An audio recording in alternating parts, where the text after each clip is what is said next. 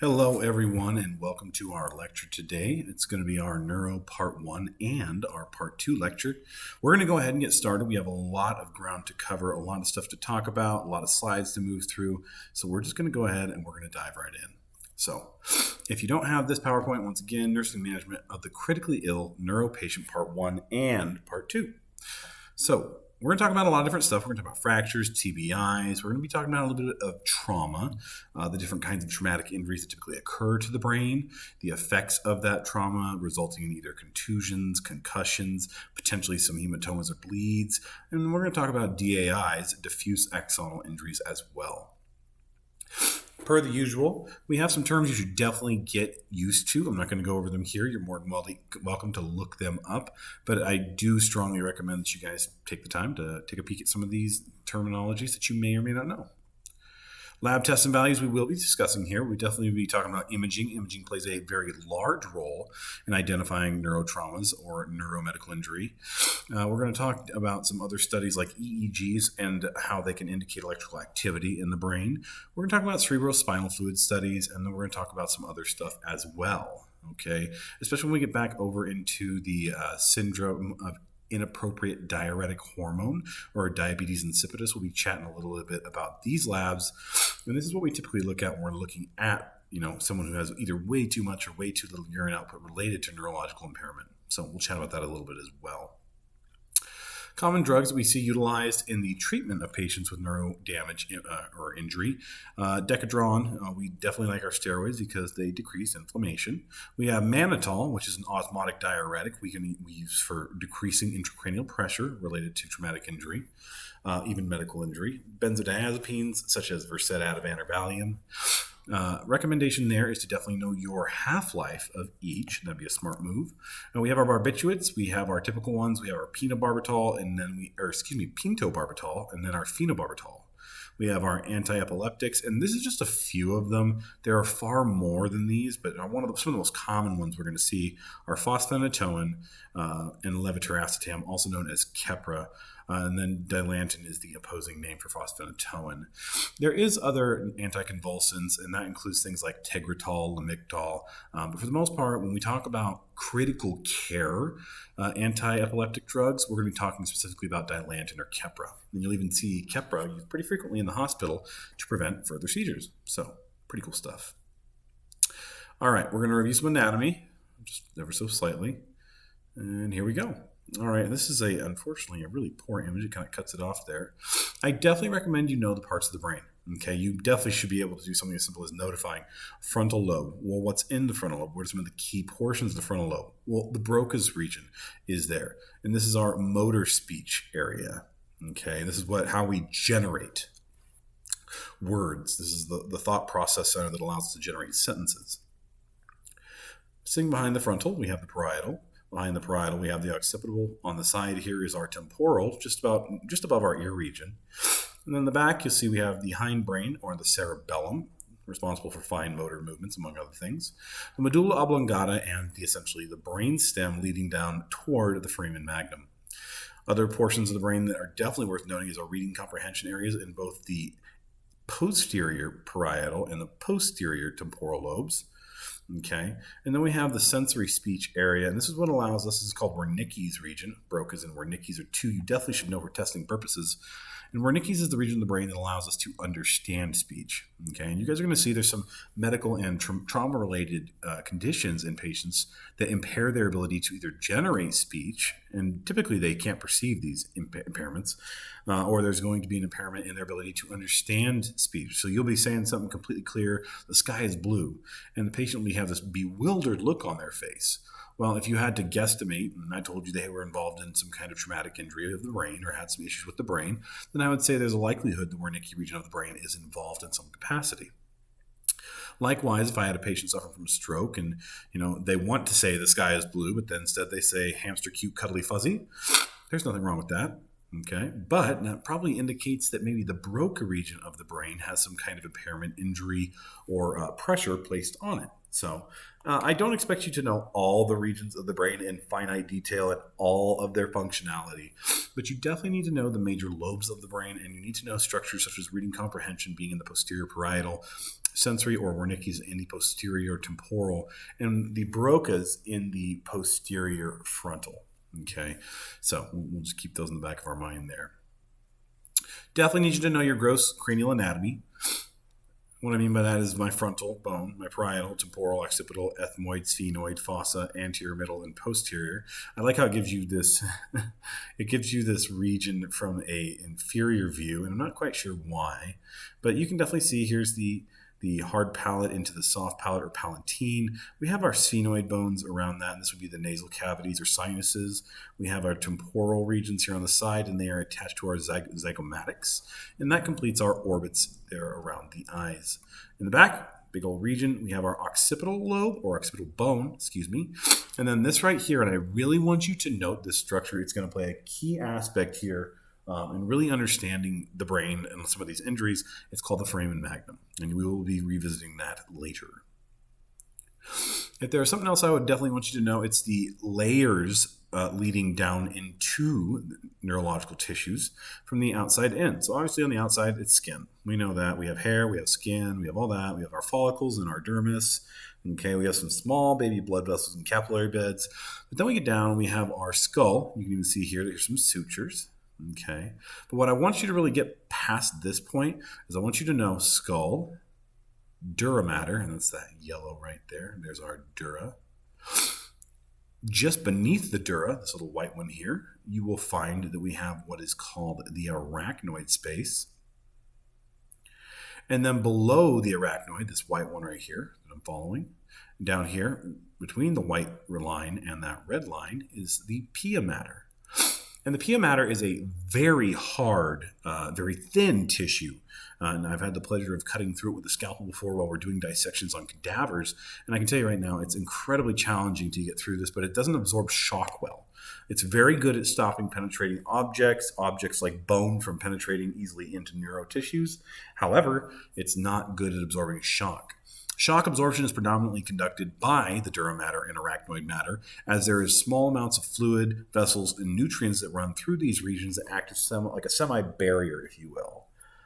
Below the pia mater, we have the cerebral actual cortex, and now we're getting directly down into brain tissue. So again, the red line is our little pia mater, okay, lining over the cerebral cortex, and then you can see we're actually down into the gray and white matter of the brain now. Okay. If you ever hear terms like epidural hematoma, what I want you to do is note where the dura is, yellow, dura.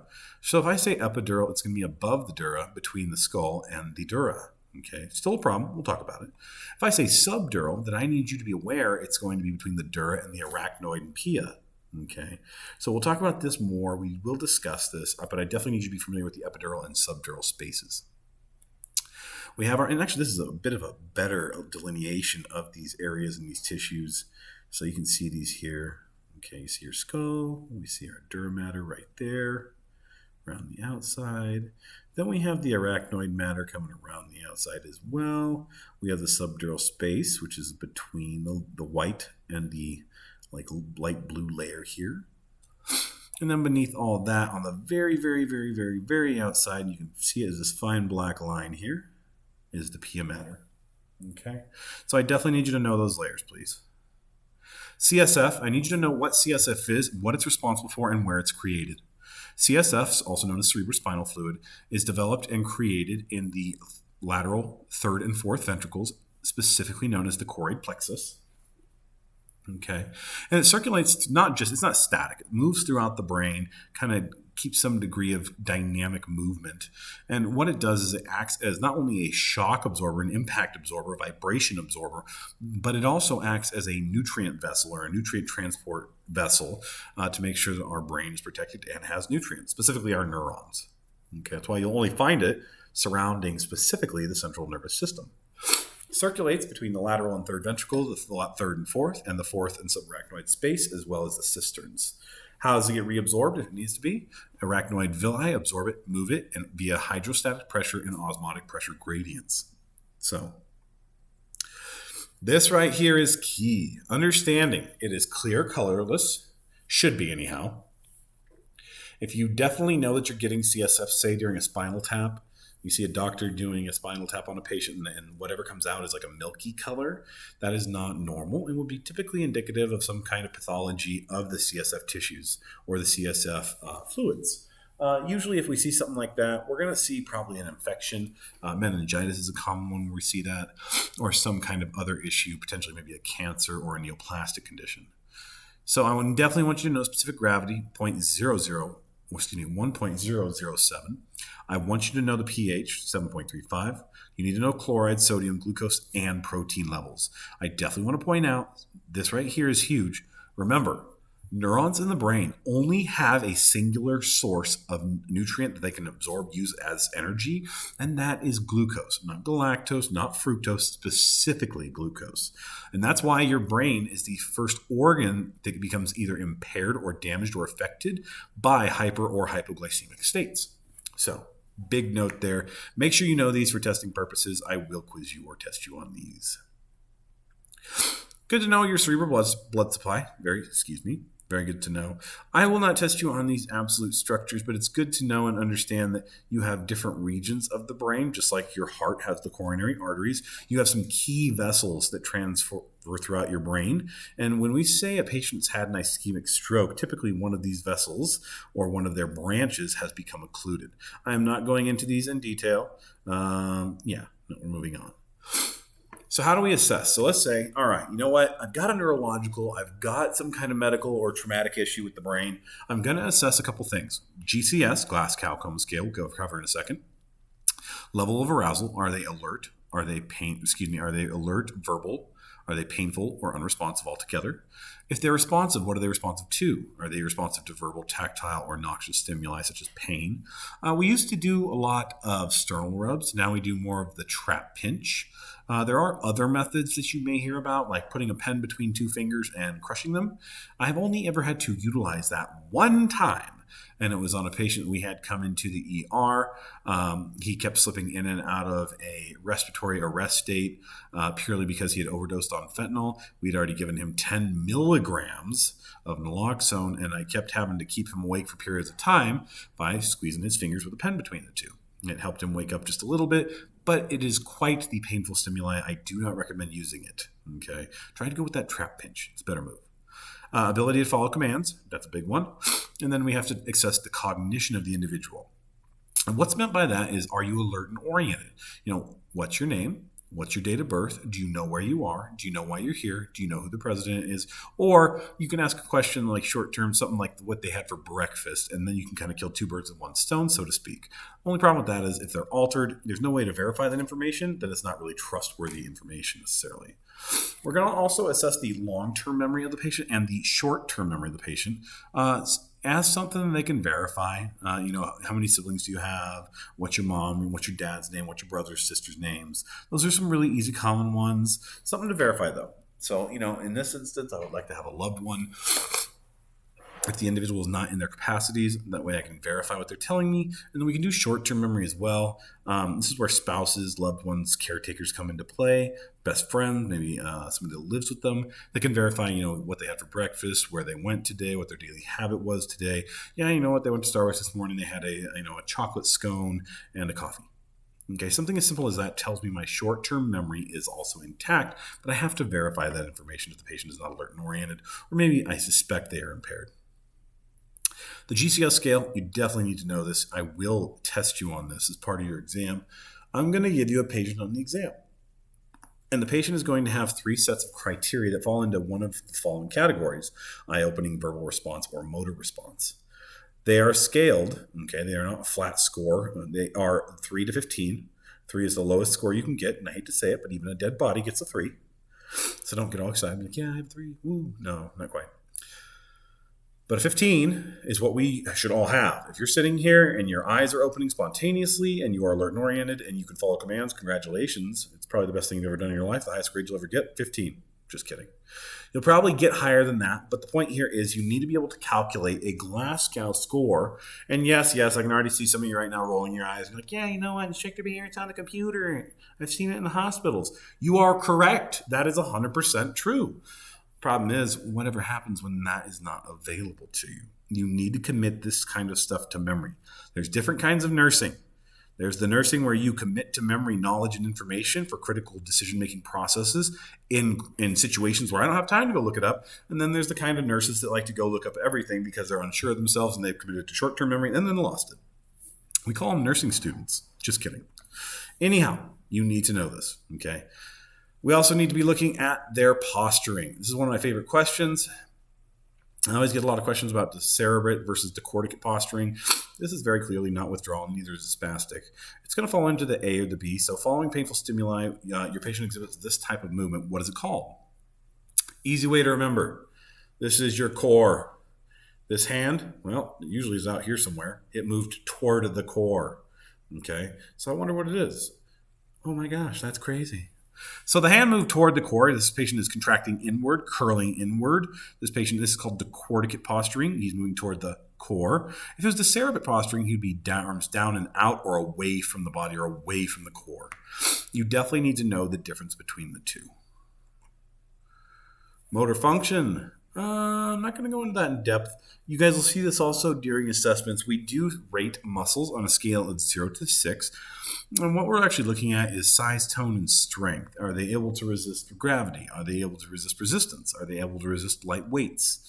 Are they coordinated? What about fine motor skills? Can you take your fingers, close your eyes, and touch your nose? Can you follow commands such as stick your tongue out, show me your fingers? Can you hold up 1, 2, 3 fingers and have a patient actually follow those commands? Responses to pain. If they're not saying, ow, it hurts right here, and showing you where their pain is, can they localize? Do they withdraw? Maybe they're impaired and they can't say, ow, it hurts. Maybe they just pull away from the source of the pain. That's called withdrawal. Abnormal flexion or extension. There's that decerebrate or decorticate posturing type thing.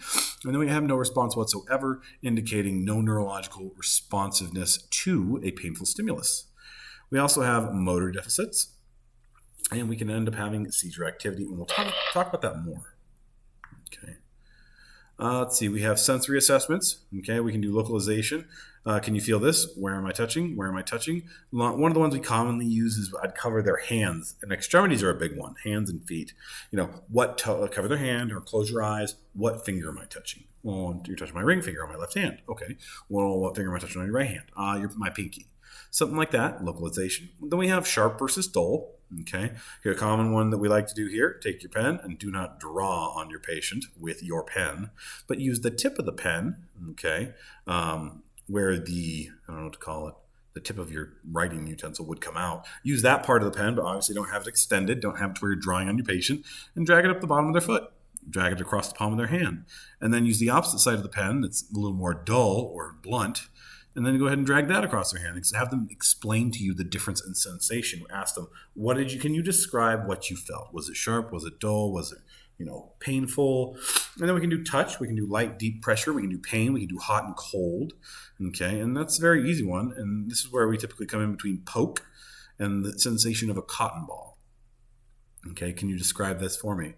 And where? And this is where you come in, you poke them with I don't want to say a needle, but like a pen. You poke them with a pen, and then you rub a cotton ball across the surface, and you ask them what they experienced. So those are a couple different ways to test. And if you have impairments, it typically indicates some degree of sensory impairment, either in the peripheral nervous system or the central nervous system. You definitely need to know what this is called. Okay, I don't care about the question, but this is called anoscoria. And a state of anoscoria occurs because one pupil is a different size than the other pupil, and typically the pupil that's going to be affected is going to be dilated. So when a pupil is dilated, what's happened in non-responsive, non-reactive, it typically would indicate that a portion of the brain has been impacted by either a medical or traumatic condition. So this particularly indicates herniation of the brain compressing the optic nerve on the ipsilateral side. Keep that in note, ipsilateral side. To whereas presentations on the body itself would likely be contralateral to the affected lobe. But either way, know the condition anoscoria. Just so you're aware, there are some people that live post-traumatically in permanent states of anoscoria. Again, don't freak out. Who would know that? What kind of person would know that? And the answer should be either the patient themselves who sees himself in the mirror every day, or a loved one, a spouse, a brother, sister, sibling, mother, father, or maybe a caretaker. So know that. Pupils. Your pupils are kind of like gateways into the hemispheres of your brain, and the reason being is they're kind of on a short leash, so to speak. The optic nerve coming from the back of the eye is a very short pathway into the brain. Okay, goes into the occipital lobe, and then we have transference of imaging and conversion into what we see, essentially, image. Okay, but what you should get when you shine a light on an individual's pupil, you should get constriction of the pupil had it not been prior exposed to intense light. What I mean by that is if their eye is closed, okay, while it's closed and it's dark behind the eyelids, the pupil should go to a normal size or even dilate a little bit. When you introduce light directly into the eye, after they open it, it should immediately constrict down. Okay, both sides should do this independently, but both sides should do this the minute you shine the light in there. You can have what's called sluggish pupils where, yeah, I constrict when I shine light in your eyes, or I dilate when I take it away, but it does it very slowly over a matter of 1 to 2 seconds. Whereas a normal individual will be, boom, reactive instantly. Obviously, this is something that can be not only affected by traumatic injury to the brain, but drugs introduced into the body, whether legal or illicit. Okay, one of the most common ones that you're going to see in the ICU, hands down, is opiates and benzodiazepines. And opiates, remember, come in the form of morphine, Dilaudid, fentanyl. Carfentanil is not something you're going to see in the ICU, but maybe you see it coming in the form of like an overdose, possibly. Okay, and when you see that, the most common one there is pinpoint. People on opioids typically have pinpoint, very constricted pupils. Okay. People that have brainstem ischemia, brain death, or are on uppers, such as cocaine or methamphetamines, they typically have blown pupils. Okay. In the instance of brainstem ischemia or brain death, they could also have what's known as fixed pupils. And if you ever get to see fixed pupils, one of the most common type of patients that will have that is patients nearing the end of life. They're maxed out on all of our pressors, our medications. We've done everything we can, but the body's going to give up regardless. And then we see them get right before death. That cerebral tissue is no longer perfusing adequately, and we get a state of fixed pupillary, a fixed pupillary state where there is no response to darkness or light or otherwise. We have unilateral dilation, indicates third cranial nerve involvement. That's where one side dilates, the other does not. And abnormally shaped from eye surgery or anoscoria. Okay, and that's just more of an anomaly, not something I really need you to know too much about. We're going to move past this. We're going to go straight into reflexes. So DTRs are known as deep tendon reflexes. There are certain stimuli we can apply to certain muscle groups, tendons specifically, for muscle groups, with pressure or asserted pressure via a device or via even our own hand. But essentially, when we do this deep tendon response, we should get some kind of reactivity. A normal would be a 3. Okay, we get that reactivity. There is such thing as hyperreactivity. And that'd be like I tap you in the knee, and all of a sudden your knee's up by your head. You're kicking so hard and so fast. It's a little. It's kind of sensitive. There's the 3 range. It's like, oh, I kicked. That's normal. Okay, cool. There's the 2, which is hypo. The 1, which is almost non-reactive, and 0, which is no reactivity whatsoever. 1 is limited. 2 is hypoactive. 3 is normal, and 4 would be hyperactive. Okay, we have our Babinski reflexes. Okay, common on children and adults. It's something we test on children under the age of 2. It's common to have a positive Babinski. That is not normal or not the case with an adult. So an abnormal reflex on an adult would be that the great toe extends upward and the other toes fan out. Whereas a negative Babinski's reflex, which is considered normal, your toes would, you drag that pen dorsal.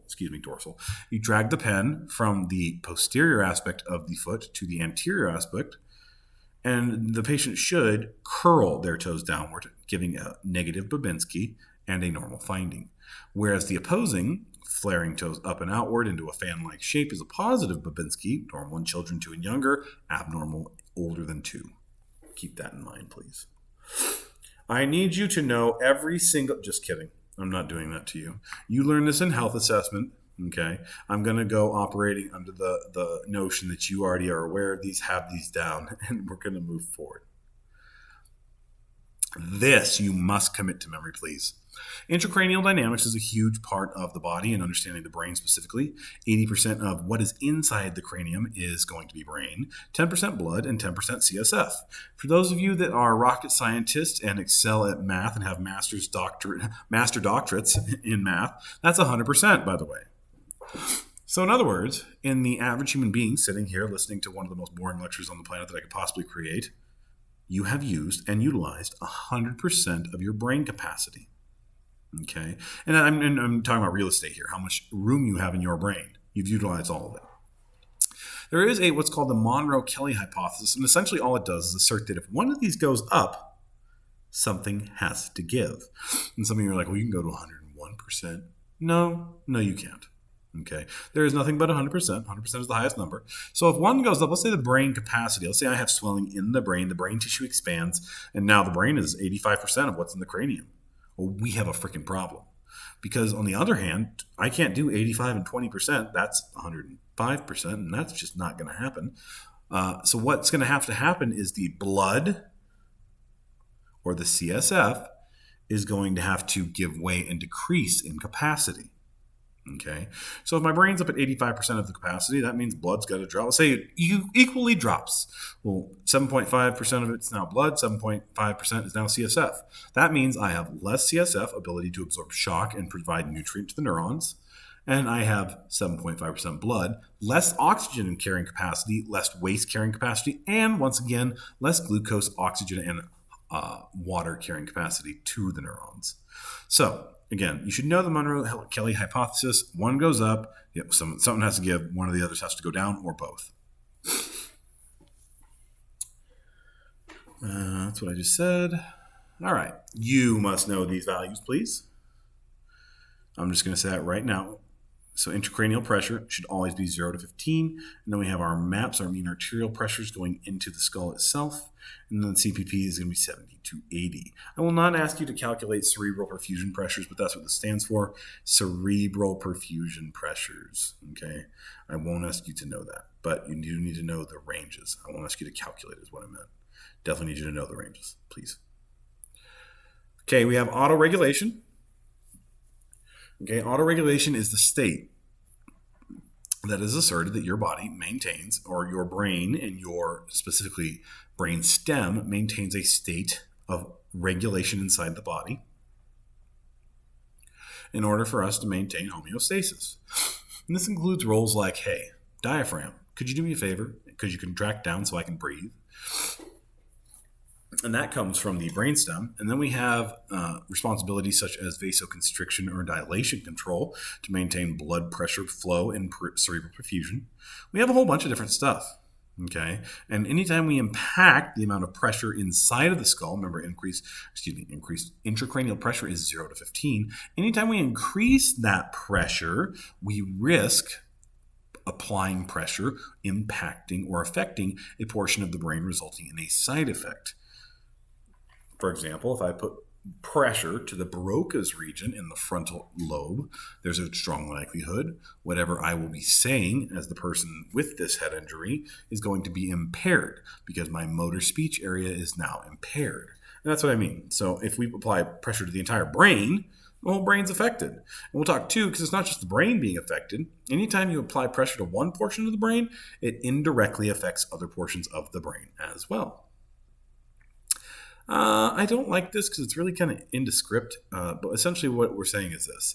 The more your cranial pressure goes up, okay, the less your brain wants to put blood into your brain, put pressure on your brain, and put CSF inside your brain. So you actually have a shift of CSF and blood fluids out of the brain unless they are obstructed and cannot do so. I'll talk more in just a minute. Different things that can cause increased cranial pressure. Aneurysms and AVMs, we'll talk about those. Subdural epidural hematomas, intracerebral hemorrhaging or CVAs, talk about those. Second to cerebral edema, we have head traumas open or closed, brain ischemia, surgical manipulations, especially such as need for like craniectomies or craniotomies. We have encephalopathies such as drugs is a common one, renal impairment, hypoxic or anoxic injuries, and hepatic injuries. I'm not going over that. You're more than welcome to sit here and read over this on your own. Now, this one you need to commit to memory. These should be locked into your brain. And signs and symptoms of increased cranial pressure are very direct. The first thing you're going to see is a change in level of consciousness. Why? Well, it's your brain. Your brain is the quarterback of your thought processes, your critical thinking, essentially your entire body. So if you see a change in level of consciousness, we can suspect some kind of neurological involvement. Whether it's medical, whether it's trauma, it doesn't matter yet. It's just this is the first line change. Secondary or second or third in line, we'd see blurry vision, headaches, pupillary changes, alteration in motor or sensory, nausea, vomiting. Here we go. Change in cranial function, nuchal rigidity, which we're coming into the moderate to late stage. Seizures will end up being late stage. And dead last is Cushing's triad. And you will absolutely know these, period. I will test you on these. What kind of vital signs are we going to get? Well, that's a good question. I'm glad you asked. It's called Cushing's triad for a reason. Cushing's triad has 3 components. The 3 components are blood pressure, increased systolic blood pressure with widening pulse pressure. And what that means is systolic is getting a lot further away from that diastolic number. Okay, so instead of like 120 over 80, where we have 40 points between the two numbers, again, 120 over 80, there's 40 points of difference there. You'll have something like 180 over 100. So I have that increased systolic blood pressure and a substantially widened pulse pressure. So in other words, the gap between my systolic and diastolic is dramatically increased. The second thing we have, so the first one is blood pressure, increased systolic blood pressure, widening pulse pressure. Part 2 are heart rate. Initially, you're going to get a spike causing tachycardia, and almost directly thereafter, you'll end up in a bradycardic state, typically in the range of 30 to 55. Okay, and that's part 2. Part 3 of Cushing's triad is respiratory changes, more specifically an irregular respiratory pattern, or also known as biot, B-I-O-T, biot respirations. And you can go onto YouTube and actually look up some pretty good videos of what biot respirations look like, or just irregular respiratory patterns related to cerebral trauma. So, but if I ever ask you what are the 3 signs of Cushing's triad, you're going to tell me increased systolic blood pressure, widening pulse pressure, bradycardia, irregular respiratory pattern, or biot respirations. And that's what I expect. Hey, look. All right, so let's talk about herniation of the brain. Okay, just like you can herniate any other organ in your body, any other part of your body, you can also have herniations or tears in the brain. And they're a little bit different than a complete tear, so much as they are pressure on a tissue resulting in basically swelling and inflammation due to tissue damage. We have different kinds. We have uncal or transitorial herniations, central herniations, and these are and you can see here the examples, central herniation. We have a transitorial herniation there, a tonsillar herniation there, and we have our subfalcine herniation. And again, I'm not going to test you on the different kinds so much as I need you to understand what the herniations are and what potentially they look like when they start presenting. So if I ever ask you what are signs and symptoms of herniation, I'd say restlessness, altered level of consciousness, ipsilateral pupil dilation, contralateral loss of motor function, meaning opposite side, same side, opposite side, respiratory pattern changes, posturing, flaccidity, and fixed or dilated pupils. Okay. So let's get to it. Let's talk about head injuries. So primary injuries include skull fractures, concussions, contusions, hematomas, penetrating injuries, closed head traumas, and DAIs or diffuse axonal injuries.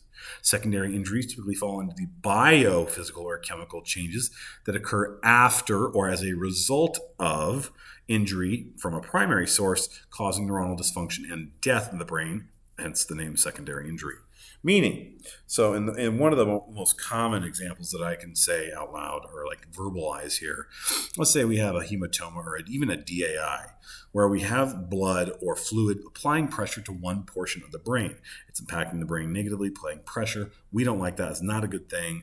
And what is happening as it puts more pressure in that region, it crushes the neurotissues, it crushes the capillary beds, and in doing so creates an ischemic state for the surrounding tissues.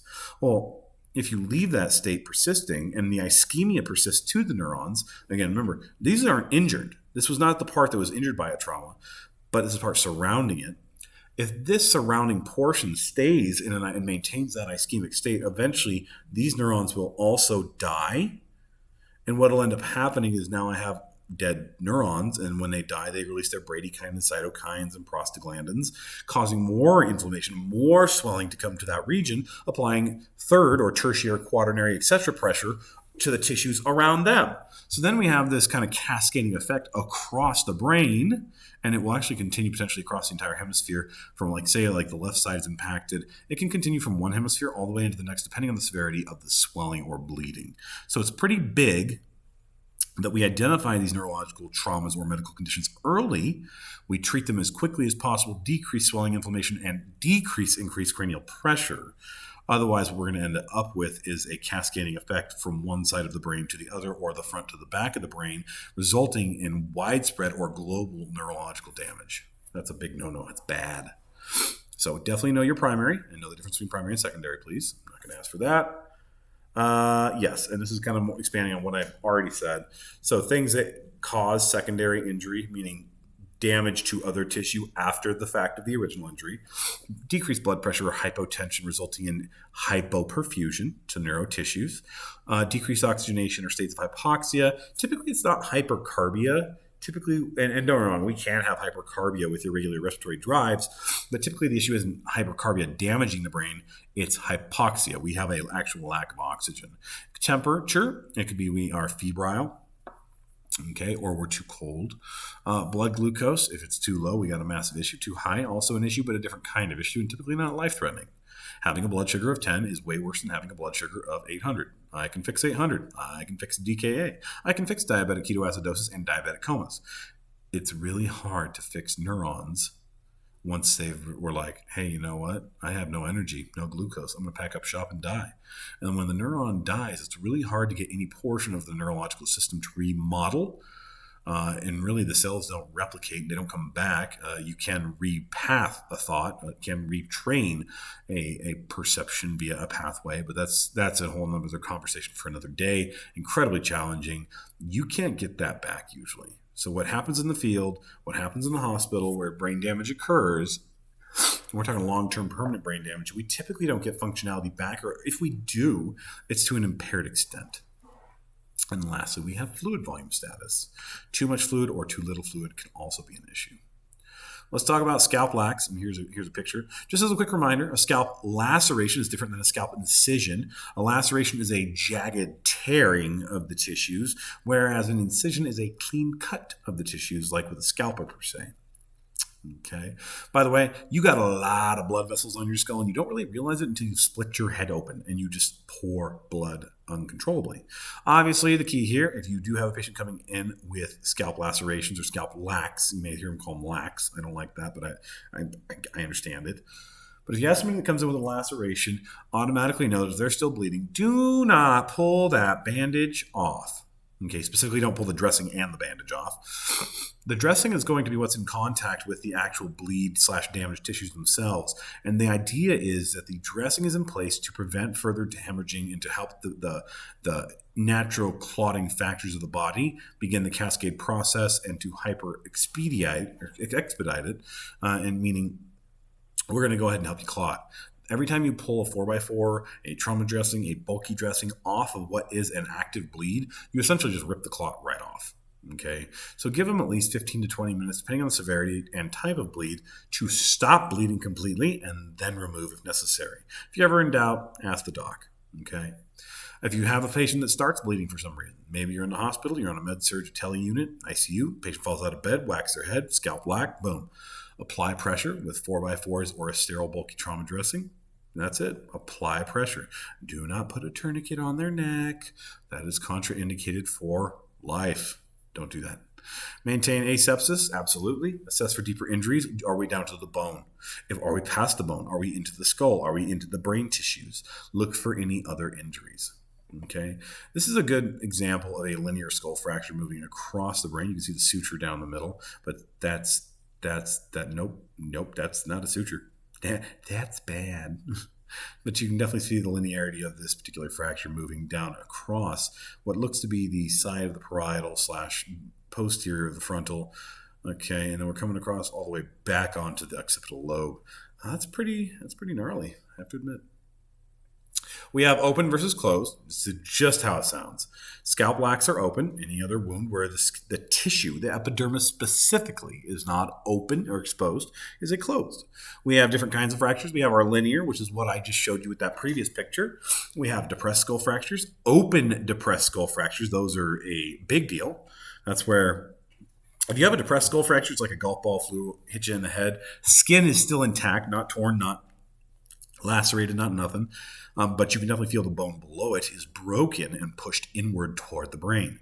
Whereas an open depressed skull fracture would be like, hey, a golf ball with spikes on it hit me in the head.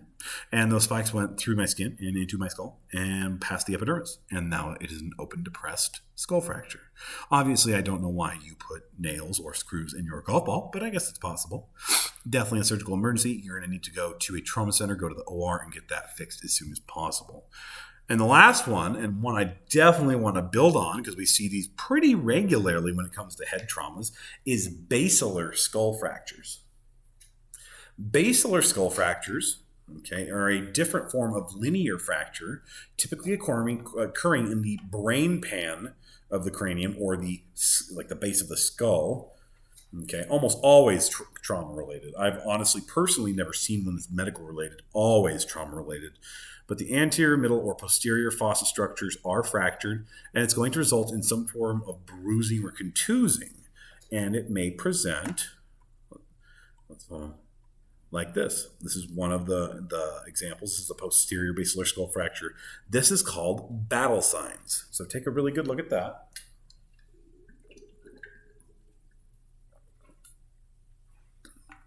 You can actually see where blood and probably some CSF leaked out of the bottom of the brain there, outside the skull and down around the back of the ear. Battle signs. Now, if it's in this region right here, it's also possible it could be coming out of the ear as well. What you need to know about that is there's a test we can do called the halo test. The halo test would be very easy. You'd look at their ear, and you're like, oh, you know what? It looks like there's something coming out of their ear, like a fluid. I'm not sure. Maybe there's some blood there. There's some other stuff there. I don't know what it is. What you can do is take a 4x4. You're going to take it and apply it flat to the exterior aspect of the ear, and you're going to hold it there for probably about 5 to 10 seconds and then pull it away if there is fluid coming out of the ear. What will happen is, naturally, the CSF will separate out, and so will the blood. And you will have this perfect halo, not perfect, I shouldn't call it perfect, but a very close to perfect halo-like ring where there'll be yellow on the outside, clear in the middle, or blood in the middle. But it looks very, very separated. They separate out when they absorb. Going back to where we were, this is a depressed skull fracture. You can see it very clearly. Skull, skull, skull, skull, skull, skull, skull. Oh, no skull. Oh, there's the skull back there. Oh, yeah, that's not good. And you can even see all the contusing here. You can see the blood. You can see there's swelling, inflammation, and edema in the area. We got a big issue. You can even, if you look closely, look at the brain, look at it being pushed, and look at the intracellular structures here, how they're shifted to the left. We do not have complete midline shift on this patient, but there's a strong likelihood left unattended, this will result in severe trauma. And again, here's the injury site. No neuro tissues have been directly damaged, but by putting pressure on all these tissues right through here especially, you are decreasing or cessating blood flow to the tissue, creating a state of hypoperfusion, and it's going to result in ischemia, hypoxia, and eventually cellular or neuronal death. Big deal. How do we treat it? Requires surgery. Absolutely. You're going to go for surgery. So this is the example of anterior basilar skull fracture. You can see it here. Got periorbital swelling. And look at that beautiful contusing of the eyes. And yes, there is blood actually leaking from the bottom of the brain, from the basilar portion of the skull, with CSF directly behind the orbital sockets, causing swelling and edematous buildup in the orbits. So be on the lookout for battle signs and raccoon eyes indicating basilar skull fracture. I'm not doing the case study. It's something we will do together in class. Moving on, let's talk about concussions and contusions and cerebral hematomas and DAIs. These fall under the closed head injury category. Remember, skin or epidermis specifically is not broken through. Okay, one of the most common ones you'll ever see, hands down, is definitely going to be the concussions. Okay. And the concussions are common because, well, sports is a big one. And that's usually the cause for the younger population. It's usually related to sports. When we get into the elderly population, we can also see concussions, but the most of them are related to a traumatic incident. Think car accident, which is not common, by the way, but think more common along the lines of fall. Fall is a big one, or I accidentally fell out of bed, or I tripped and whacked my head. So traumatic incidences are not common necessarily amongst the geriatric population, but the cause of concussion commonly is trauma in nature for geriatrics. For all, sorry, trauma is always the cause. That's a misstatement. But for geriatrics, if you see concussions, they probably fell. Whereas when we're younger, it's typically, hey, look, my head, a ball, I should hit it. Okay. Or, hey, football. Ooh, your helmet, my helmet, 30 miles an hour, colliding. I love it. Let's do it. Okay. But the presentation of the concussion is everything. And you are going to run 911 calls, or if you're going out into the field, or you're going to be in the ER or the ICU, and you're going to have these patients come to you. And when they come to you, you need to be able to identify signs and symptoms of concussions. So, obviously, this is a pretty long list. I'm not going to sit here and read the entire thing. Just know we have neurological involvement. We have concussed tissues with some degree of swelling. Okay, and then we even hear about it on the news, on TV, on ESPN. Someone's in concussion protocol. So what's happening is part of the brain has been stunned, and typically there's some swelling involved in that region of the brain. Maybe not severe swelling, just some minor swelling. And it results in one of the following. Again, I'm not reading all of them. However, while the brain is in a concussed state, it is at increased risk for severe or worsened injury if repeated. Okay. And you're going to forgive me because I'm going to butcher his name, but I believe it's Tua Tagovailoa, the Dolphins quarterback. This was a situation that happened in, I believe, late September or early October of 2022. He was in a game for the NFL. He played, he got sacked, he got concussed, and then he came back out 3-4 days later, and you go look at it, and people are like, oh, he got hit really hard. No, you look at that second one that caused a worsening of his state of concussion. He got thrown to the ground. That's it. And it wasn't even super hard. Even the motion of just his head moving before it came in contact with anything was enough to completely impair him and knock him out cold, causing secondary concussion syndrome, and which is actually a really big deal. But this tissue, once that first concussion has occurred, we're looking for all the following. If we see this, you are at heightened risk for further damage. We are going to stop any repetitive injuries to the head, the skull, the brain at all, period. You're not going back out. You're not getting hit again. You're not getting thrown. Nothing. Okay. What are we looking for? In terms of resolution, all symptoms must go away. All return of memory and concentration, because it's not uncommon to have some short-term memory loss or some tinnitus, difficulty concentrating, okay, and no symptoms after provocative testing. So, and that's why they go through all these tests. Can you hear? Can you see? Do you have sensitivity to light or smell? Do you have any ringing in the ears? Can you walk? Can you touch your nose with your eyes closed? They go through this whole list of tests, and it's to see if symptoms have completely resolved. If symptoms have not resolved, I'm going to tell you right now, the concussion itself has also not resolved. And that's an important thing to note. We have cerebral contusions. You can see this very clearly here on the CT of the head. Scattered areas of bleeding on the surface of the brain. Okay, occurs when the brain strikes a ridge on the skull or a fold in the dura mater. May occur independently or in conjunction with subdural or epidural bleeds. Let's take a peek, shall we? These are your three kinds of bleeds that are most common. Okay, commit them to memory. Know these. Subdural, just as I said, below the dura mater, the blue part here. Okay, I've hit my head, I've hit my skull, I damaged some tissue or some vessels, boom, bleeding and swelling in a direct region, a localized region. Putting pressure on the brain, again, will result in decreased oxygenation and perfusion to the surrounding tissues, resulting in again, if left in that state, those tissues will die or become damaged. And then on the right, we have an epidural hematoma, which is above the dura or on the outside of the dura. Okay. And then lastly, we have the intracerebral hemorrhage, which is again inside the actual brain tissue. Hands down, the worst kind of bleed you could possibly have. These two aren't good. No pressure on the brain is good, but they're good in the sense that we can treat them very quickly, typically, given the right environment and the right, like transportation to the right center. Honestly, if we have a patient in this particular state, they're either going to be flown to a trauma center or transferred from a trauma center from the one hospital to like a trauma center like Loma Linda or Arrowhead, which we have nearby. We have other trauma centers in the regions. We have Desert Regional down near Palm Springs, and then we also have Pomona Valley, and those are some of our closest trauma centers aside from Loma Linda or Arrowhead. So what can we do to fix this? We can drill directly through the outside of the skull, directly through the dura, and we can actually let this drain off. We can do the same here.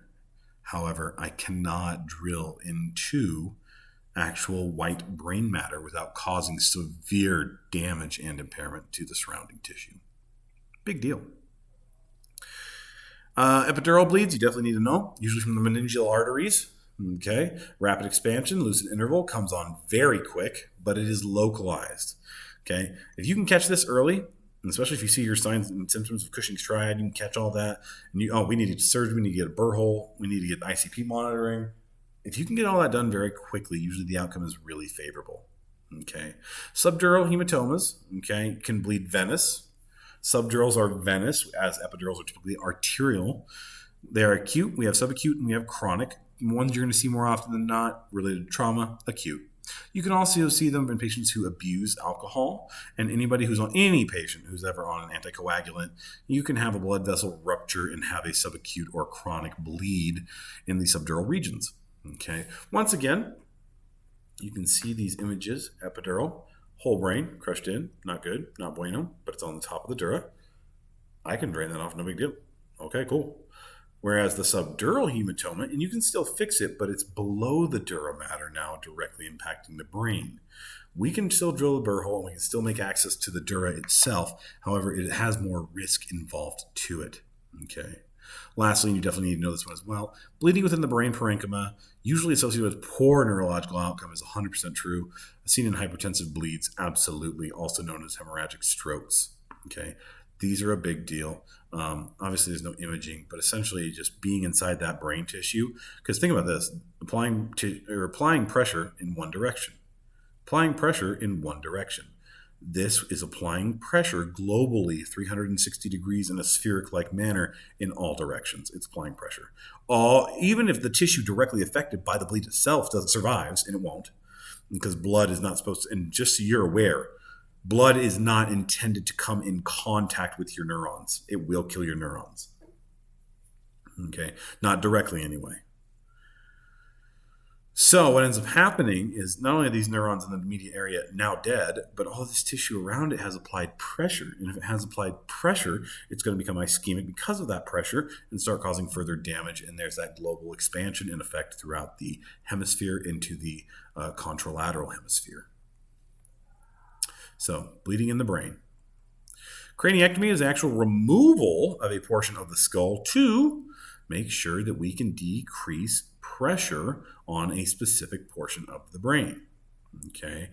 It's very rare that you see this in the hospitals around here. This is going to be more specific to a neuro trauma center. Again, Loma Linda. I haven't even seen this at Arrowhead. I know they do it, but Loma Linda, specializing in neurology the way they do, it's more common that this patient will go there and receive treatment. So if you go to Loma Linda and become part of their trauma team or their ER, you won't see this necessarily, but some of your patients that come in for those TBIs with increased cranial pressure will potentially go for a craniectomy. Okay. Let's talk about DAIs, diffuse axonal injuries. Okay, these are actually acceleration-deceleration injuries. Think of it this way: how you can tear a muscle, tear a tendon, tear a ligament. You can tear brain tissue, and that's exactly what this injury is. You have literally taken tissues that were once together and torn them apart. The only difference is instead of a tendon, muscle, or like a ligament, we have neurons, brain tissue, neurological tissue. That's a big deal. Okay. DAIs, we have a massive issue, though, in identifying DAIs can be incredibly tricky.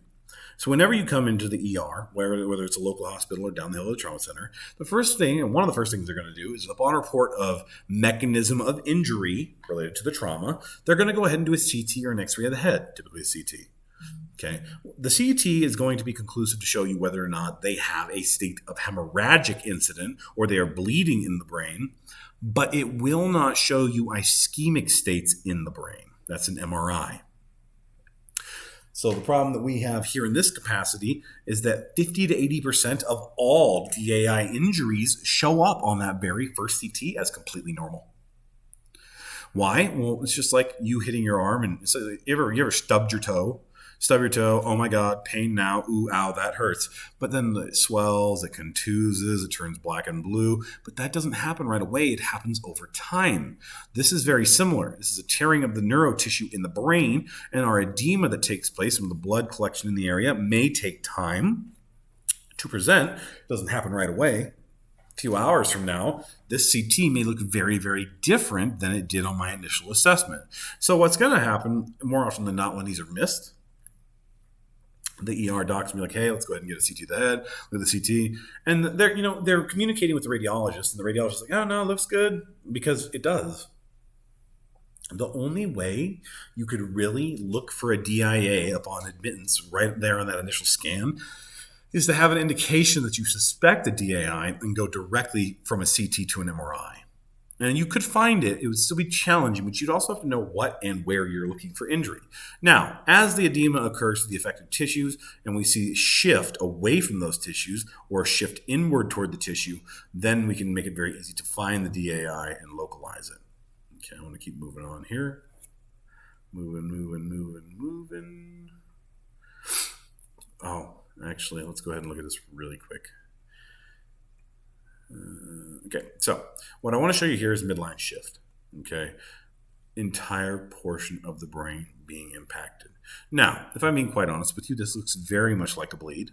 Okay, we've had, let's say, some head trauma, and typically, what would be a very open ventricle within the brain is not open. It's being crushed. It's being smashed. All this tissue has decreased perfusion and is probably concurrent in a hypoxic state. And we have midline shift from the middle of the brain over to what? You can't draw a straight line anymore. Nope. You got a straight line, then a shift to the left portion of the brain. And you're like, oh, the left side looks great. Not true. Because all of this region right here is applying pressure to the left side of the brain. And while this tissue, of course, likely has better perfusion at this time, as these neurons over here begin to die due to a state of ischemia, it will start working its way as those tissues swell further, and it'll work its way across the brain. So what are we going to do? Pretty simple. We're going to manage the intracranial pressure. How do we do it? Drill a burr hole, place a catheter, have an ICP monitor. Okay. How are we going to do that? We're going to go ahead and, by the way, this is not a nursing thing. We don't drill with drills into the skull. Neurologists typically do this. There are some trauma doctors that are comfortable doing this.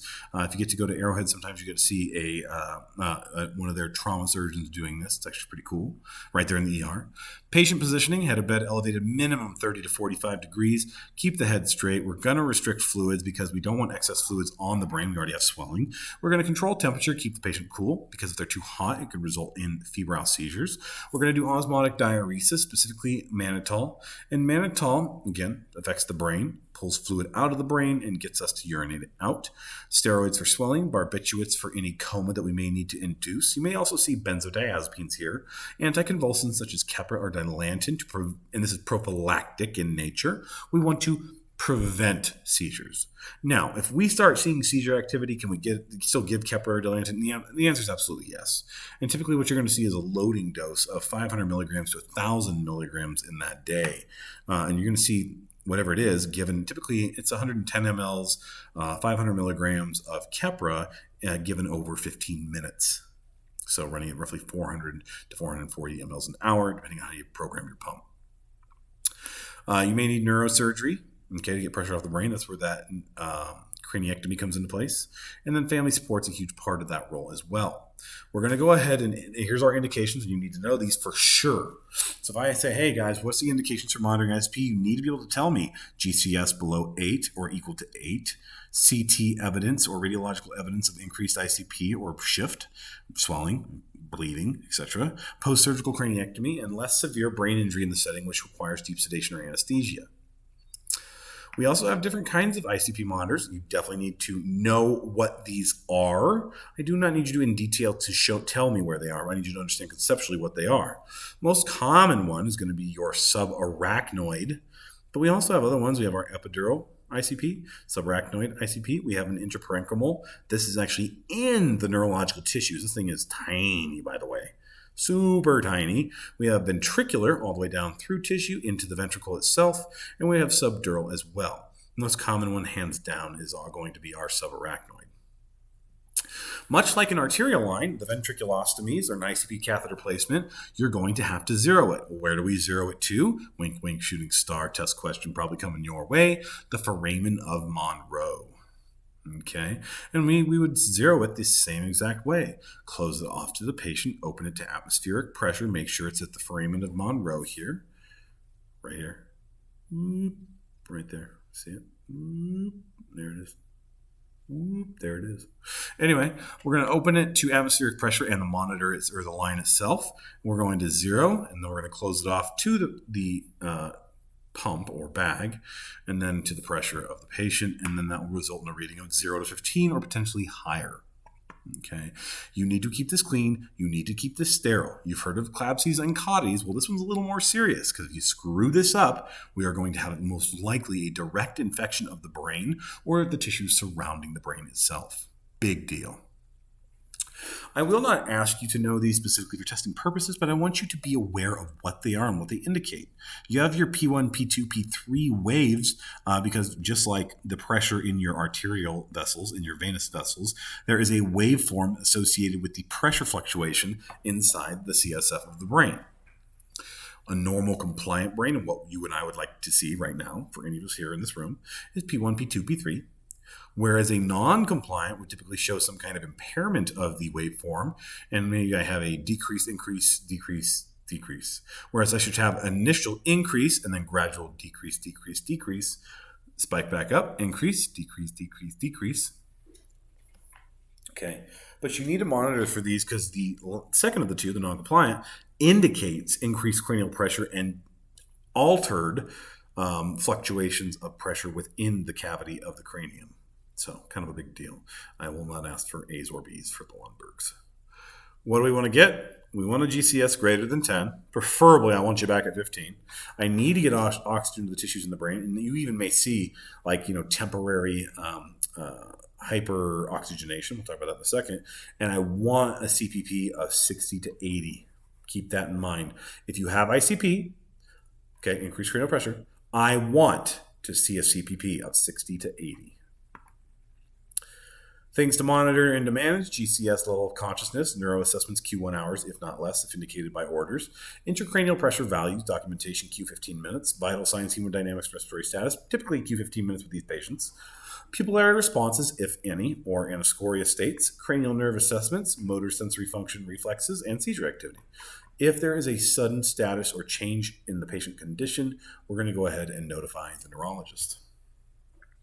So how do we manage ICP overall? Well, we're not only going to manage the amount of pressure, but we're going to manage other functions of the body impaired by increased cranial pressure. As cranial pressure increases anywhere in the brain, period, doesn't matter where, epidural, subdural, intracranial, doesn't matter. Anytime pressure increases, it's going to put pressure on the brainstem and push it down toward the foramen magnum. The causation of the Cushing's triad is actually the the brainstem being pressed into the foramen magnum and partially crushed or applied pressure to. Just so happens, your brainstem is responsible for vasoconstrictive properties, vasodilative properties, respiratory drive and functionality, as well as partial cardiac rhythms and respiratory rate. Big deal if you're crushing your brainstem. So if I have this increase in cranial pressure, what I'm going to be focused on, what I can do is manage your airway. I can ventilate you. I can bag you if I need to with positive pressure ventilation. I can intubate you. I can give hemodynamic support if necessary for hypertensive or hypotensive states. And then I can do what's called controlled hyperventilation. This is not a constant measure. This definitely falls into that temporary category.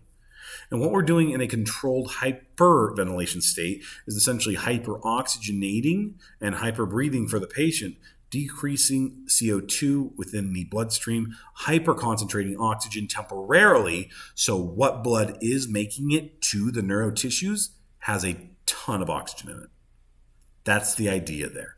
We cannot leave the patient in this state. This is very, very, very, very temporary. So what ends up happening is if you leave them in a hyperventilatory state, you'll actually accidentally create a state of alkalosis, and we don't want that.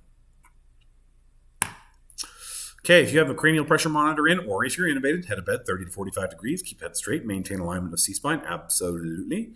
We're going to avoid activities that increase ICP. Do not stimulate the patient at all. Do not touch them unless you absolutely have to. Make sure you cluster your care in blocks. So that way when you are stimulating them, I stimulate 5 to 10 minutes. Okay, done touching, step away. And then it's hours, hopefully an hour or more of rest without touch or intervention. Same thing with lights, smells, textures, tastes, any of that. Limit them. No TV, no music in the background. Let their little brains rest. Okay. If you do have them exposed to activity or stimuli and they are an ICP patient, an increased ICP patient, make sure you're actually monitoring what's happening. And I say this because I've seen firsthand patients coming out of situations where we had increased cranial pressure and all of a sudden, something as simple as watching TV is something their brain is super sensitive to now, whether it's the light, the sound, the way things move, the flashing screen, and boom, all of a sudden, before you know it, your patient that was previously fine, now having seizures. Big deal. Fluid management, definitely not going to get a hypotonic solution. That'd be bad. We want hypertonic solutions.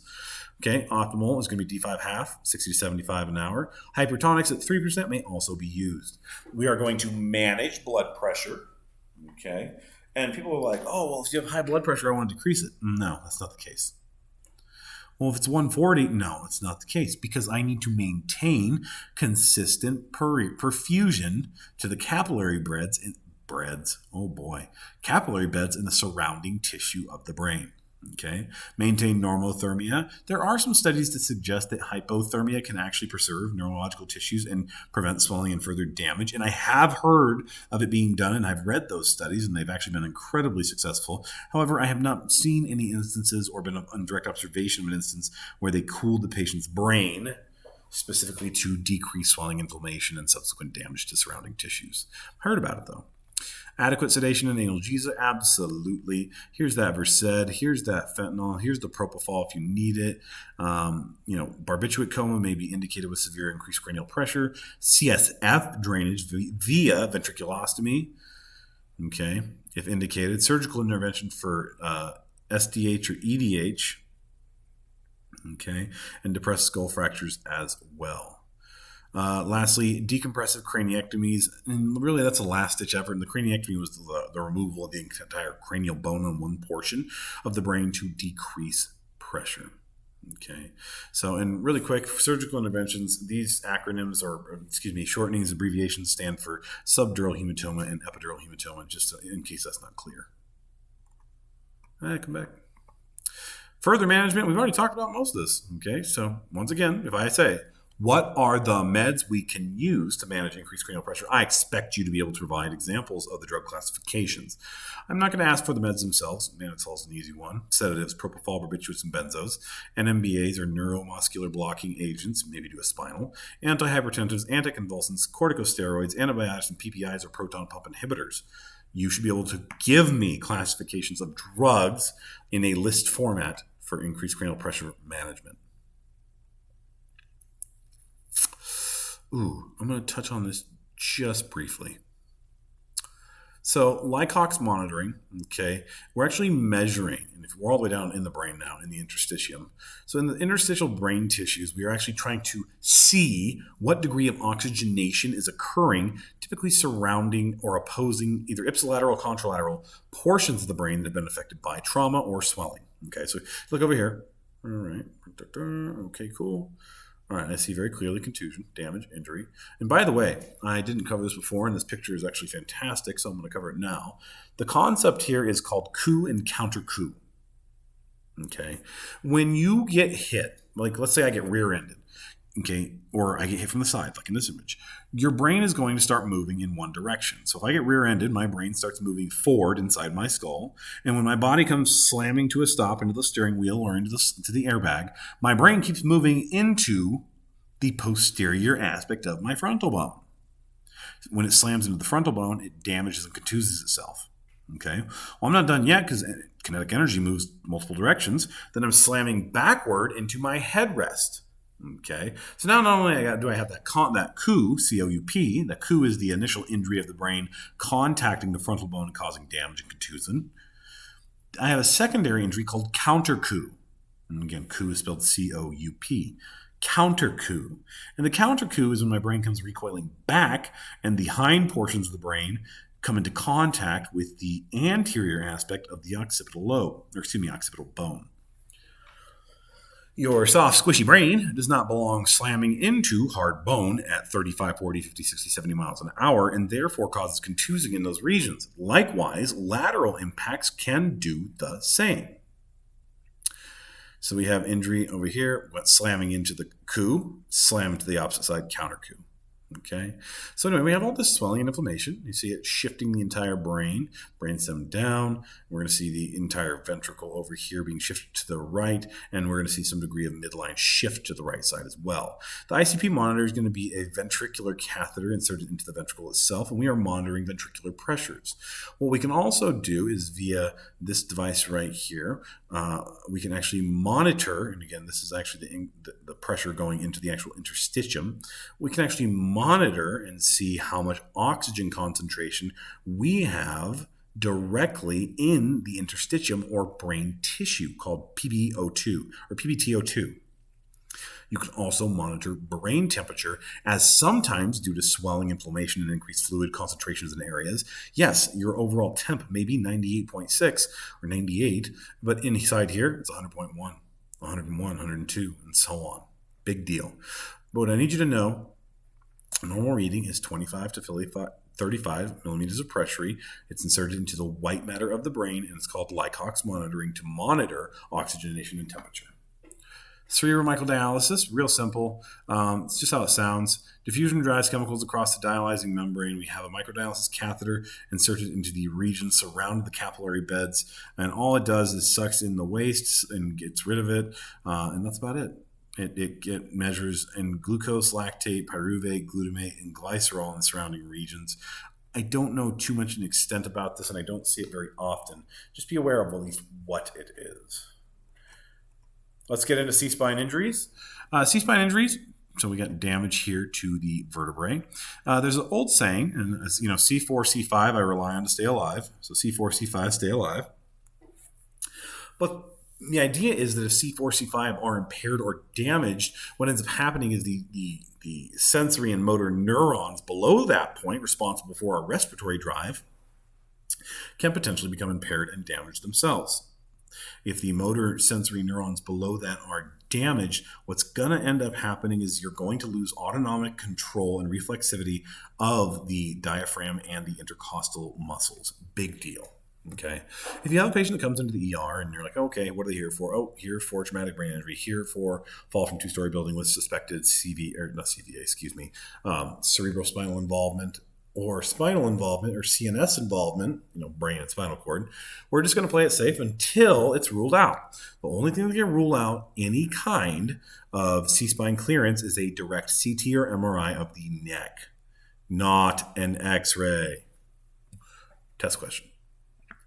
C-spine injuries can impair bowel, bladder control, skin sensation, circulatory control, respiratory system, muscle tone, sexual health. Specifically, you could think priapism here due to blood vessel dilation. Priapism is a hardening of the male sex organ, and typically caused by rapid or late stage vasodilation secondary to C-spine injuries and inflammation in the spinal column. Mental health and pain in the long run. Okay, that was part one. Let's just dive directly into part two. Moving past all that.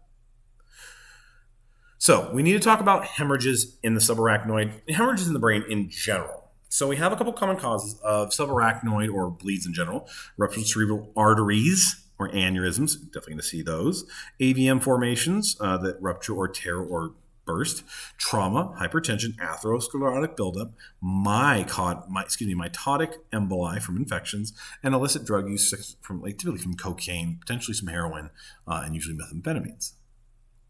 Let's get straight to it. So we have aneurysms, and I want to remind you that an aneurysm is when you have an artery that has a weakening and ballooning in the wall of the artery. Okay, the actual aneurysm itself is not the dissection of the vessel. The dissection of the vessel is the rupture, whereas the aneurysm is doing nothing more than describing the weakened portion in the wall of the artery itself.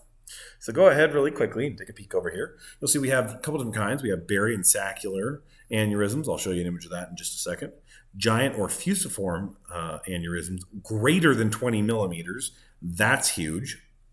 And then we have mycotic from infection in the vessel wall. So bacteria, fungi, viral infection, typically bacterial, by the way, get into the vessel wall and damage it, creating calcifications or weakening in the wall. And what's happening is it balloons out, or again, it dissects and starts to tear. So all bad, all no good.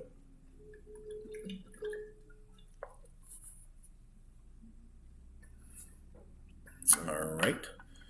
So you can see the cerebral circulation here from the inferior view. And earlier, you kind of saw this overlay here, the circle of Willis and so on.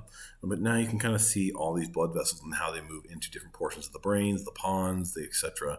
And you can see a lot of really, really important structures here. I am not going to ask for all of these structures, but I think it's really important to know that your internal carotids, again, we're in the inferior view here. This right here, this big red one, would connect directly into the arteries coming up from the subclavian and from the aortic arch into the carotids and into subsequently your brain. This is a beautiful Berry aneurysm. A lot of people forget Berry aneurysms and kind of what they look like. The way I remember it, and it's kind of funkadoodle, is dingle dingle, because it looks like a dingleberry. Oh dear. Anyway, but let's get to it. Most aneurysms are not a big deal. In fact, most people live lives having no clue they even have them until presentation of either pain, pressure, or until they start leaking and causing cerebral swelling or swelling in the region. Big deal. I'm going to be real with you. If these rupture, and if any aneurysm ruptures anywhere in the body, your risk of mortality is incredibly high. Okay. 30% of patients with any kind of aneurysm dissection, especially cerebral aneurysm dissection, will die 30% on initial bleed. If not 30% on the initial, it's going to get you on the backside. 50% of patients within 48 hours die because of this kind of injury. Big deal. Okay. The most common is going to be a subarachnoid hemorrhage. Acute subarachnoid hemorrhage. Most common cranial presentation. This will show up on a CT. You will be able to see this. Signs and symptoms of SAH: sudden loss of consciousness, very quick. Focal neurological deficits, motor changes, very rapid. Meningeal signs, nausea, vomiting, rapid onset. Photophobia and visual deficits, rapid onset. Sudden seizures, warning leaks may occur. Sometimes a headache like typical weeks before the rupture occurs. And here's a common one. I've been having a bone-crushing headache for several days to several weeks. There's a strong likelihood they're either in a hypertensive state persistently, or they are actually leaking from an aneurysm in their brain right now, and there's increased edema and swelling in the region causing said headache. These are signs you do not want to ignore. What are you going to do? You do the Hunt and Hess grading. We can do a CT, non-contrast. MRA, or MRI, either one. Cerebral angiography is what's going to take place after they identify that a Berry aneurysm or even a fusiform aneurysm exists. And then we can also do a lumbar puncture as well. You can also rule out mass first with CT to avoid herniation of tissues that may be neoplastic in nature. So instead of a growth per se, or what's the term? Oh, darn it. I forget the term. But anyway, cancerous growth. So the Hunt and Hess grading scale for SIH, or subarachnoid hemorrhage: 1, asymptomatic mild headache, mild nuchal rigidity. That one is big. That's key. That nuchal rigidity is super key. 2, moderate to severe headache, nuchal rigidity, no neurodeficits except cranial nerve palsy. 3, mild alteration in mental status, confusion, lethargy, mild focal neurological deficit. 4, stupor and or hemiparesis. 5, comatose and or decerebrate rigidity. I won't test you on the grades, but you definitely need to be aware of what the Hunt and Hess grading scale is and which is best or least and which is worst or most severe, I should say. Treatment: early hospitalization so you can treat the aneurysm, stabilize neurological and cardiopulmonologic function, secure the aneurysm. Whether we coil it, whether we go in and clip it, whether we go in and wrap it, depending on if it's fusiform versus Barry. And I'll show that to you really quick. This is a Barry aneurysm. Here's the clip. Okay, the Barry aneurysm getting bigger. Ooh, it starts leaking, starts dissecting. Well, the minute you stick the metal clip in place, you prevent it from having further blood flow and blood pressure. And what it's going to happen, the idea is this can be either removed or absorbed by the body over time. Okay, and a fusiform aneurysm, very large, and again, you can't put a stent from one side of the vessel to the other without risking rupture. You're going to have a biological or synthetic wrap of the fusiform, and what it's going to do is apply pressure to the wall and give it support. Say hello to Barry. Great guy. Say hello to Barry's clip. Also, great guy. Okay. Whenever we're doing MRIs and we get into the hospital setting, we're like, oh, why do I got to do an MRI checklist? That's so annoying. My patient's unconscious. He doesn't even know his history. Even if he is awake, he probably won't know his history. What do I do? And what I do in this particular instance is I'm going to go ahead and assess and ask family, does he have any clips placed in his brain? Has he ever had brain surgery? Has he ever had any procedures where they said he had an aneurysm of the brain? And the reason we're asking is this is metal. And if you stick this in an MRI and this is magnetic, you will destroy a portion of superheat this whole entire magnet, essentially, or superheat this metal and burn all the tissue around it, causing severe damage. We don't want that. That's all bad. And now, yes, are they mostly non-ferrous? Yes. Non-magnetic? Yes. But you don't want to risk it, and you definitely need to know where they are from. This is going to be a typical aneurysm here. Looks a little different, kind of like still a Barry structure, but not quite. Coiling, we go in with the coil, go with the catheter and put it right here. And we actually insert a coil into the aneurysm itself. It's very soft, very pliable, but it also rejects thrombocytes and decreases likelihood of developing clots. So kind of a cool treatment. Aneurysm complications. You're going to die. Very good likelihood if it ruptures. Rebleeds. Can happen. Vasospasms, hydrocephalus, or swelling in the brain. Cerebral edema, increased cranial pressure seizures, SIDH and DI, we'll talk about in a moment. Persistent neurological deficits can occur. Cardiac, pulmonary, and VTE complications, absolutely, can be side effects. I'm going to let you guys read through these. I'm not going to talk about them too much. Just rebleeds can occur. Reoccurrences can occur. After initial rupture, in the first 14 days, highest mortality occurs if prevented when aneurysm is secured. Big deal. Okay. When these things rupture, when they tear, when they break, when they dissect, it's all bad. Three treatment modalities for treatment of vasospasms, and it's real simple. I want to get your perfusion back to your brain. This is the equivalent of Prinz metal angina in the chest. Typically, and that's caused by vasospasmic activity in the coronary arteries. Much like the same there, we can have the same thing here. We have vasospasms causing decreased perfusion to the tissues. What do we want to do? We want to stabilize blood pressure with hemodynamic augmentation to maintain a 150 to 160 systolic pressure. Euvolemia, meaning normal maintenance of fluid. Consider nimodipine. Oral nimodipine, Q4 hours times 21 days, big deal. May produce hypotension, all right. Latent side effect, and then cerebroangioplasty. But if I ask you what my three treatment modalities are for vasospasms in arterial tissues of the brain or cerebral arteries, you're going to give me these three answers. All right, let's talk. DI, also known as diabetes insipidus, you definitely need to know this, by the way, top to bottom. We are putting out way too much urine due to a lack of antidiuretic hormone. typically caused by a neurological onset, swelling, inflammation, TBI, medical issue, whatever the case may be, results in excess water secretion known as polyuria and dehydration. Okay. Diagnosis, and you must be able to list these for me. Increased urine output of 200 mLs an hour, high plasma osmolality, hypernatremia due to just absolute dehydration, profound dehydration, and low urine specific gravity because we have seriously diluted urine. What are we going to do? Got to fix the cause of this issue. We're going to give free water replacement, typically in the GI tract, typically not intravenous right away, unless we can't do GI for some reason. And then we're going to go ahead and give vasopressin as an ADH or antidiuretic hormone replacement temporarily. It's rare, but it can happen.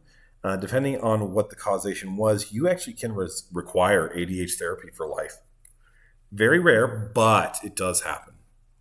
Must know this. Likewise, on the opposite side of diabetes insipidus, we have syndrome of inappropriate antidiuretic hormone.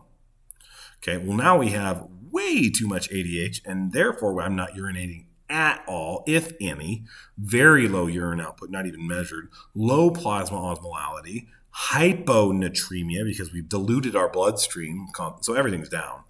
In DI, everything's elevated. Your sodium, potassium, chloride, magnesium, calcium, phosphate, all of it's elevated. And syndrome of inappropriate antidiuretic hormone, it'll be the opposite. Everything's hypoconcentrated. It's going to be low, artificially low. Why? Because I have way too much fluid in my bloodstream. And I'm going to have a very high urine-specific gravity in my urine because it's concentrated. Treatment, correct, once again, underlying cause, fluid restrictions until we figure out how to get you diuresing. We're going to give you diuretics either in the form of Bumex or furosemide to fire up those kidneys and see if we can get that to overpower the excess ADH. Treatment of hyponatremia with a hypertonic 3% saline, and assess and monitor for neurocomplications of hyponatremia. I'm going to remind you, you cannot hypercorrect hyponatremia. And what I mean by that is you cannot go from, oh, hey, look, I'm hyponatremic, 122, 121. Oh, you know what? Let's just get her back up to 134, 135 real quick. 2 hours later. All right, we're normal now. Don't do that. Oh, no. Hypercorrection of a state of hyponatremia will result in demyelinization of the neurons, and they will die or become severely damaged and impaired permanently. So, and the only reason I know this is I saw a very sad case locally in a hospital. We had a 19-year-old girl come in.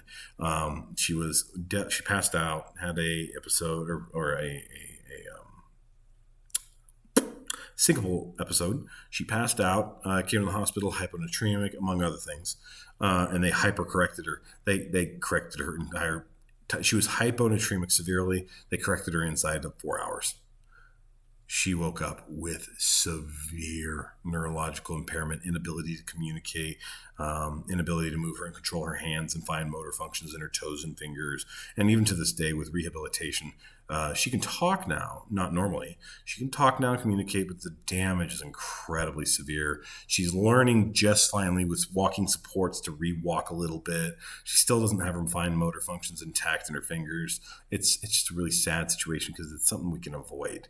But you gotta be careful with this. In the events when DI or SIDH occurs, you're typically going to be having doctors either manage this isolated, meaning like a nephrologist will manage, or a nephrologist and a neurologist in conjunction will work together to discover the cause and manage the condition, and they'll be aware of what each is doing. That way we don't have hyper or hypo concentrations of electrolytes or fluids. All right, so about AVMs, we're almost toward the end of this chapter. Arteriovenous malformations, embryonic cerebrovascular malformations, tangled web of anomaly, thin walled vessels, missing capillary connections and arterial flow. It's just arteries and veins all together, all freaky. Problem is, they're weak. They're very, very, very, very weak. AVMs usually occur in the cerebral tissues. There is no indication that you even have them until one is leaking or rupturing, typically. Once again, terrible outcomes if that occurs. Most of us, in fact, there could be people sitting here right now listening to my lecture. You could have them inside you and you'd have no idea. Okay. And you wouldn't until you had one rupturing or leaking. Big deal. Treatments, radiography guided radiographically guided embolization. Gamma knives, really cool. They both cut and cauterize as they are cutting. Balloon end devices. And then we have intralesional glue or intralesional glue, which can actually tape things back together. It's kind of like duct tape or Gorilla Glue, but for blood vessels inside your brain.